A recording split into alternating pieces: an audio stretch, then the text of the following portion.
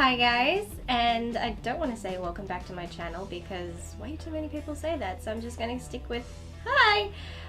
So we're in January. January is nearly over. Wow, we're nearly completely 1 month in to 2019. Holy crap, that is going by incredibly fast. Anyway, January for me is usually catch-up month. I catch up by reviewing films that I wanted to watch the previous year but didn't get around to doing, or I didn't have access to them at the time, and now I do, which is quite annoying.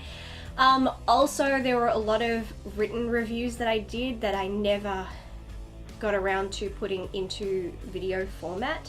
So yeah, January is basically dedicated to me, like I said, playing catch up. So nothing's really going to be new, although there were quite a few things on my list of things to watch for 2018 that were kind of films people didn't really talk about, that kind of just went under the radar. Not to say that they were great films, but, well, it depends on your perspective. That's the kind of whole point of these reviews. But yeah, anything that catches my eye, I watch, and if it's a first time watch, I will review it, unless it's a reaction video, which I've just started doing. So I've got another one coming up soon, but first I gotta sit down and record these and get these out of the way. So today, as you'll know by the title, I am reviewing the Equalizer 2, and this is one that I did a written review for back in November, so I'm a bit late with putting it up as a video, but hey, at least I'm doing it. The Equalizer 2 is a 2018 American thriller film directed by Antoine Fuqua with a screenplay by Richard Wink. It is the sequel to the 2014 film The Equalizer, which was based on the TV series of the same name. It follows retired United States Marine and ex-DIA agent Robert McCall as he sets out on a path of revenge after one of his friends is killed. I am a big fan of the first Equalizer film. It's one of my favorite action films of the last decade, so when the trailer dropped for the sequel, I was positively ecstatic. I wasn't thrilled by the responses it was receiving from my fellow movie lovers, but I still believed I would love it. It's Denzel Washington helping those in need and killing evildoers. What's not to love? It turns out there's plenty not to love, unfortunately, and that makes me a sad little cinephile. I still love Denzel in this movie. I don't think there is a performance of his that I've ever disliked. I might not enjoy a particular film, although I can't recall any I disliked, but I can't hate his work in them. I can't seem to clock the man. Where I find the issues in this film are the same as with most sequels. It's the sequel curse, trying to perfect something that's already perfect, trying to outdo itself, and in doing so becoming so far removed from what made the previous film so great in the first place. There's nothing wrong with sticking to a particular formula and just adding moments here and there, or merely increasing the danger factor. As they say, if it ain't broke, don't fix it. There are strong elements in this movie that, if they had stuck to, might have made for a more cohesive and compelling story. We had a good man who cared about others and did good for no other reason than it's just who he is. This man happens to have a past, and from that past has a specific set of skills that have not wavered over time. Suddenly this man learns that an old and dear friend of his, a good and strong woman, has been killed. He takes it upon himself to seek the justice on her behalf, to find who hurt her and why, and make them regret it. That right there was all we needed. It's certainly what we got, as those elements are all part of the story, but they're scattered. We get fragments of this story over the course of 2 hours before it leads to the big showdown. The fragments are my issue. Between the fragments, we see Denzel's character providing his dose of justice on behalf of many people around the city, helping a rape victim, helping return a kidnapped girl to her mother, helping an old man be reunited with his long-lost sister, and helping a young man stay on the right path instead of turning to gangs.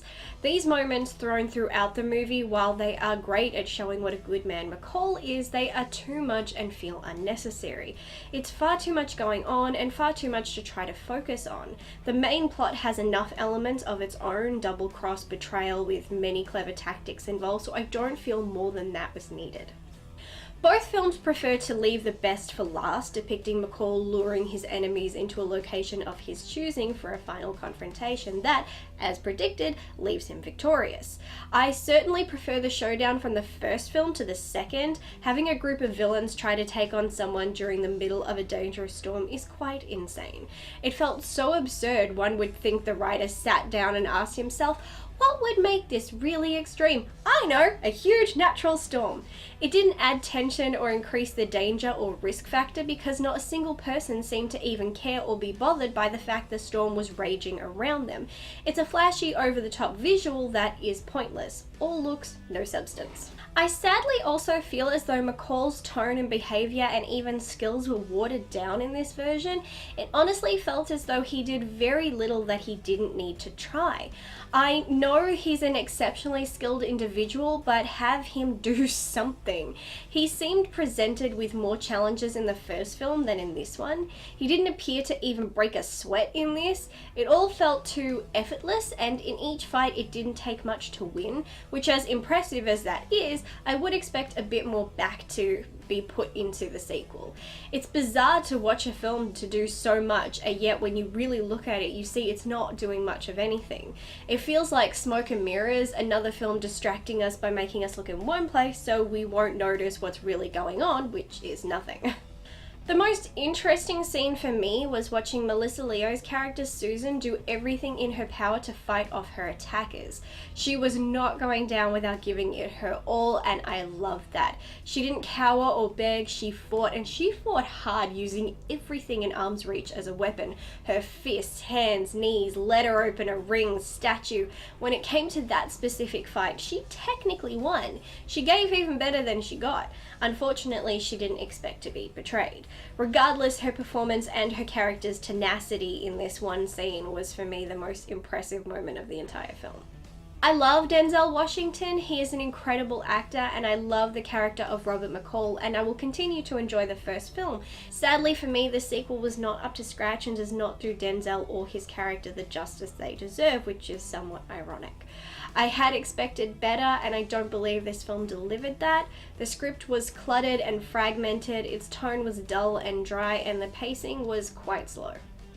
It probably doesn't even seem like this is a film worth discussing. I know that a lot of people eventually got to a point where they just didn't feel like talking about it, but I watched it for the first time, so therefore I reviewed it, and I reviewed it, so therefore it's here. So you may as well drop a comment down below, tell me what you think. Did you like this movie? Did you not like this film? Or did you just not even bother to watch it? Either way, let me know, and until next time, bye.